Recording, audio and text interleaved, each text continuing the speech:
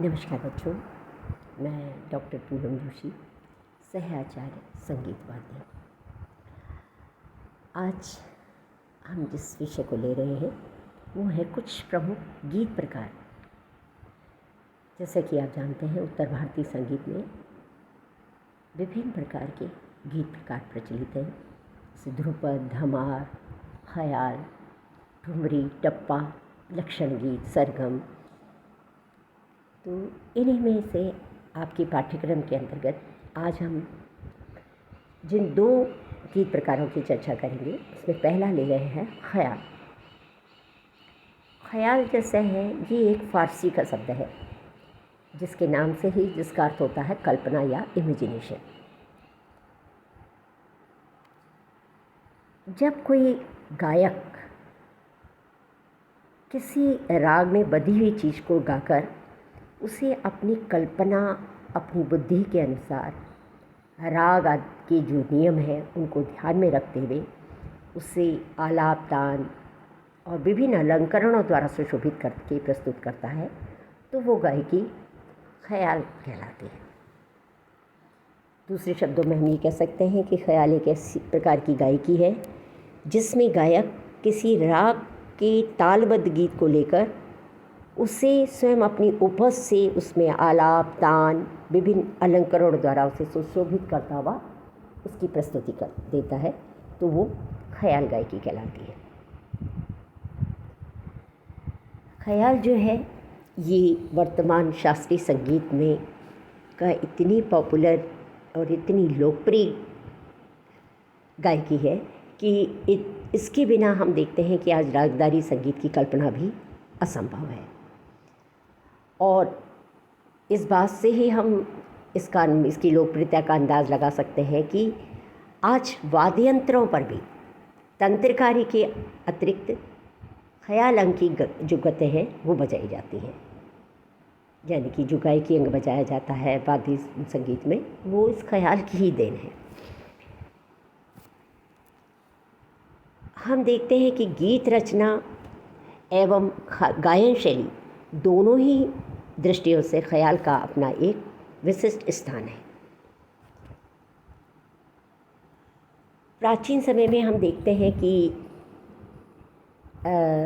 ये शैली मतलब कब से प्रारंभ हुई, इसके विषय में थोड़ा मतभेद मिलता है, क्योंकि एक परंपरा ये कहती है, मतलब एक मत मानता है कि इसका आविष्कार अमीर खुसरो जी ने किया, तो दूसरी कहते हैं कि इसका यह परंपरा प्राचीन काल से ही चली आ रही है।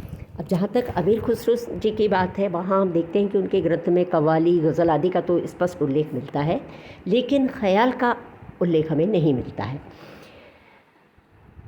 मुख्यतः हम देखते हैं कि क्योंकि प्राचीन समय में हम देखें कि ख्याल गायन का स्थान जो था वो बहुत ऊंचा नहीं था। सभ्य समाज में इसका गाना जो था एक तरह से निषिद्ध माना जाता था, क्योंकि ध्रुपद जो था वो ध्रुपद गायकी जो थी उस समय प्रचलित थी और उसका ही स्थान सर्वोच्च था, और ध्रुपद के सदृश कोई भी गीत प्रकार को नहीं माना जाता था।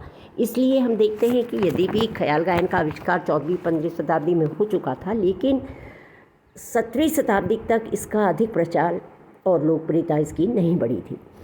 18वीं शताब्दी में हम देखते हैं कि मुग़ल बादशाह मोहम्मद शाह रंगीले के समय में अदारंग और सदारंग नाम के दो प्रसिद्ध गायक थे, जिनके समय में ख्याल गायन ने बहुत उन्नति की। अदारंग और सदारंग, इन दोनों भाइयों ने हज़ारों की संख्या में ख्याल रचे और अपने शिष्यों को सिखाए। इस प्रकार देखते हैं कि उनके समय में ख्याल गायन एक उच्च स्थिति में प्रतिष्ठित हुआ। यद्यपि अदारंग और सदारंग ने खुद ख्याल रचे, हज़ारों अपने शिष्यों को भी सिखाए, पर उनके अपने स्वयं के वंशज और वो स्वयं जो थे वो ख्याल नहीं गाते थे, क्योंकि वो ध्रुपद को ही प्राथमिकता देते थे और ध्रुपद ही वो सिखाते थे और ध्रुपद ही को उन्होंने वो प्रस्तुत करते थे। लेकिन ये सत्य है कि अदारंग और सदारंग के बाद जो है ख्याल गायन की उन्नति हुई और उसका प्रचार जो है उनके अन्य शिष्यों ने जो है इसका प्रचार प्रसार किया। ख्याल में हम देखते हैं कि अधिकतर स्थाई और अंतरा ये दो भाग होते हैं, और ख्याल जो है वो हिंदुस्तानी पद्धति के जितने भी सभी राग हैं उनमें ख्याल जो है होते हैं। और तालों में एक ताल, त्रिताल, आड़ा, चढ़ताल, झूमरा, तिलवाड़े इत्यादि तालों में ये गाया जाता है। ताल के लिए इसमें तबले की संगत होती है, क्योंकि जैसे प्राचीन समय में ध्रुपद गायन प्रचलित था तो वो गंभीर गायकी थी, तो उसके साथ वैसा ही गंभीर और जोरदार वाद्य पखावा जो उसकी संगति के लिए था। लेकिन चूँकि ख्याल जो है एक सुकोमल गायकी है, श्रृंगारिक गायकी है, तो इसके अनुरूप ही इसमें तबले का इसकी संगत के लिए तबले का प्रयोग होता है। ख्याल गायन में श्रृंगार रस की प्रमुखता अधिकतर रहती है। इसके जो गीत हैं वो अधिकतर हिंदी, उर्दू और ब्रजभाषा में होते हैं। और हम देखते हैं कि ख्याल गायन की जो है मुख्यतः दो भेद हैं, एक बड़ा ख्याल, दूसरा छोटा ख्याल। बड़ा ख्याल अधिकतर एक ताल, आड़ा, चढ़ताल, झूमरा, तिलवाड़ा आदि तालों में गाया जाता है और इसकी बंदिश जो है वो प्रायः ध्रुपद के ढंग पर होती है और प्रकृति इसकी गंभीर और गति धीमी होती है। और इसमें ताने जो है पहले आलाप या बहलावे की भांति ली जाती हैं, फिर उनकी गति या लय जो है धीरे धीरे बढ़ाकर बराबर की ताने प्रयोग की जाती हैं। इन तानों को बढ़त भी कहते हैं और बढ़त के बाद बोलतान और फिरत आदि का प्रयोग होता है। और बोलतान में गीत के बोलों के शब्दों को तान के रूप में भिन्न भिन्न प्रकार से तथा गीत के अंग के अनुसार गाया जाता है। बोलतान के बाद गमक तान का प्रयोग होता है और गमक तान को स्वरों में भिन्न भिन्न प्रकार से गमक पैदा करके गाया जाता है। और गमक तान के बाद फिरत का प्रयोग होता है। फिरत में भी तानों की स्वर संख्या लगभग निश्चित रहती है और तानों के उठाव या आरंभ करने का स्थान और उसकी समाप्ति का स्थान भी प्राय निश्चित रहता है। इसके अतिरिक्त फिर उसमें हम देखते हैं, इस प्रकार हम ये फिरत में एक ही तान में दूसरी तान को जोड़कर अर्थात उसे बड़ी करके भी गाया जाता है और इस प्रकार बड़े ख्याल का गायन होता है। अब छोटा ख्याल ये साधारणतः त्रिताल में होता है और इसके अलावा भी एक ताल, द्रुत एक ताल आदि इनमें भी इनके झपताल इसमें भी ये होता है। इसकी रचना जो है बड़ी सुंदर और प्रकृति इसकी चपल होती है और इसमें भी बोलतान का प्रयोग किया जाता है। और छोटे ख्याल में ताने जो है पहले छोटे छोटे स्वर समूहों की होती हैं और फिर निश्चित स्थान से मतलब इन्हें प्रारंभ करके निश्चित स्थान पर समाप्त की जाती हैं। फिर तानों की स्वर संख्या बढ़ाकर उन्हें भिन्न भिन्न तरीके से गाया जाता है। इस प्रकार से छोटे ख्याल का जो है गायन जो है किया जाता है। अब जब हम देखते हैं कि जब ख्याल शैली जो है आज हम देखते हैं कि शास्त्रीय संगीत की सर्वाधिक जो है लोकप्रिय शैली है। अब विगत 2-3 शताब्दियों में हमने देखा कि गायक जो थे, जो मूर्धन्य हमारे गायक रहे हैं, उन्होंने अपनी प्रतिभा के अनुसार और अपनी गायन शैली के अनुसार विभिन्न उनके इसको ख्याल गायकी को जो है एक प्रतिष्ठित रूप प्रदान किया और इसके तदुपरांत इसमें विभिन्न घराने बने जो कि आजकल इस गायकी का प्रतिनिधित्व कर रहे हैं। और ये ख्याल के जो घराने हैं उसमें ग्वालियर, दिल्ली, आगरा, जयपुर, किराना, पटियाला इस तरह ये प्रमुख घराने हैं जो कि अपने अपने घरानों में हम देखते हैं कि अलग अलग जो है वो गुरुओं की उसमें तालीम है और उसके जो है वो अपने अपने घरानों की विशेषताओं का जो वो प्रतिनिधित्व ये घराने करते हैं। और प्रारंभ काल से हम देखते हैं कि कई जो है हमारे मूर्धन्य कलाकार जो हैं वो ख्याल गायकी के हुए हैं, जिसमें ग्वालियर घराने में नत्थन पीर बख्श, रहीमन निसार हुसैन खां, बालकृष्ण बुआ, शंकर राव पंडित, विष्णु दिगंबर परुस्कर, ओंकार नाथ जी, तो ये फिर वर्तमान में कृष्ण राव पंडित, विनायक राव पटवर्धन, नारायण राव व्यास जी। फिर इसी तरह दिल्ली घराने में तानरस खां, अली बख्श, फ़तेह अली जी, आगरा घराने के स्वर्गीय फैयाज खां साहब और पद्म भूषण पंडित रतन जयंकर जी, तो जयपुर घराने के अलादिया खां, भूरजी खां, रज़ब अली खां साहब, मोगूबाई कुर्डीकर, केसरबाई केरकर, किराना घराने में अब्दुल करीम खां साहब, वहीद खां साहब, सभी हीराबाई बरोटकर, पंडित भीमसेन जोशी आदि। इसी प्रकार पटियाला घराने में श्री आशिक अली, इमानत अली, बड़े गुलाम अली खां साहब। इस प्रकार ये मूर्धन्य कलाकारों ने जो है ख्याल गायकी को जो है बहुत ऊंचे मुकाम तक पहुंचाया। इस तरह से ये ख्याल गायकी रही। अगली जो गायकी है वो है टप्पा।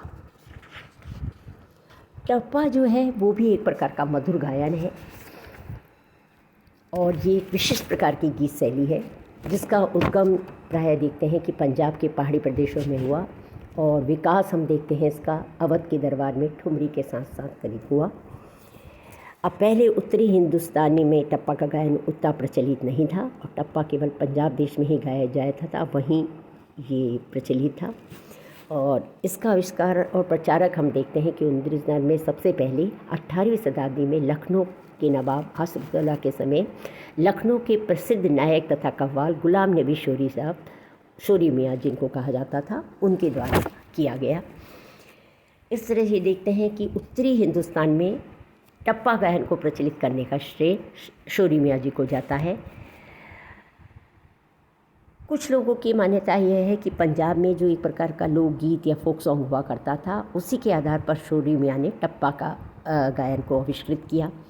तो कुछ विद्वान कहते हैं कि प्राचीन समय में बेसरा नाम का जो गीत प्रसिद्ध था या प्रचलित था, उसके आधार पर टप्पा गायन की उत्पत्ति हुई।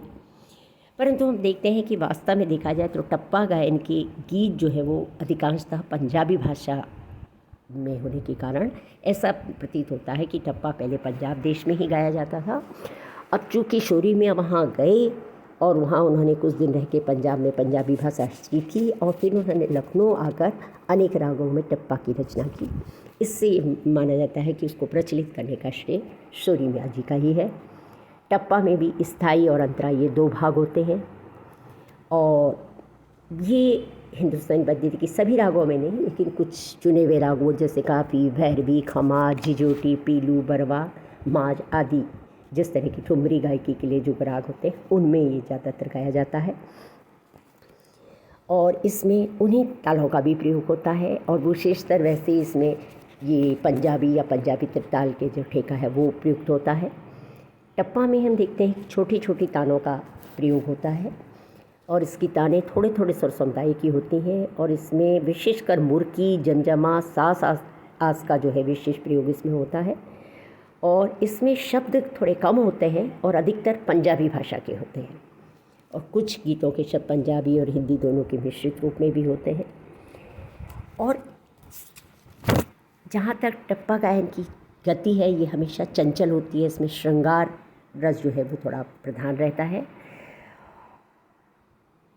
और इसकी एक खासियत ये है कि टप्पा गाने के लिए गले की तैयारी की एक विशेष प्रकार की इसकी तैयारी की ज़रूरत रहती है, क्योंकि टप्पा गायन जो है वो ठुमरी गायन और अन्य गीत प्रकारों की अपेक्षा थोड़ा कठिन और मुश्किल गायन होता है।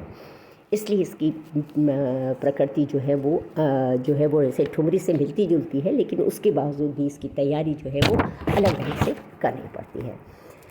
अब इस तरह से है। और टप्पा गायन का प्रचलन हम देखते हैं कि दक्षिण में उतना नहीं मिलता है और उत्तर भारतीय में ही ये टप्पा गायन जो है प्रचलित है। अब आपके अन्य जो गीत प्रकार हैं उनका की चर्चा हम अगले वीडियो में करेंगे। Thank you.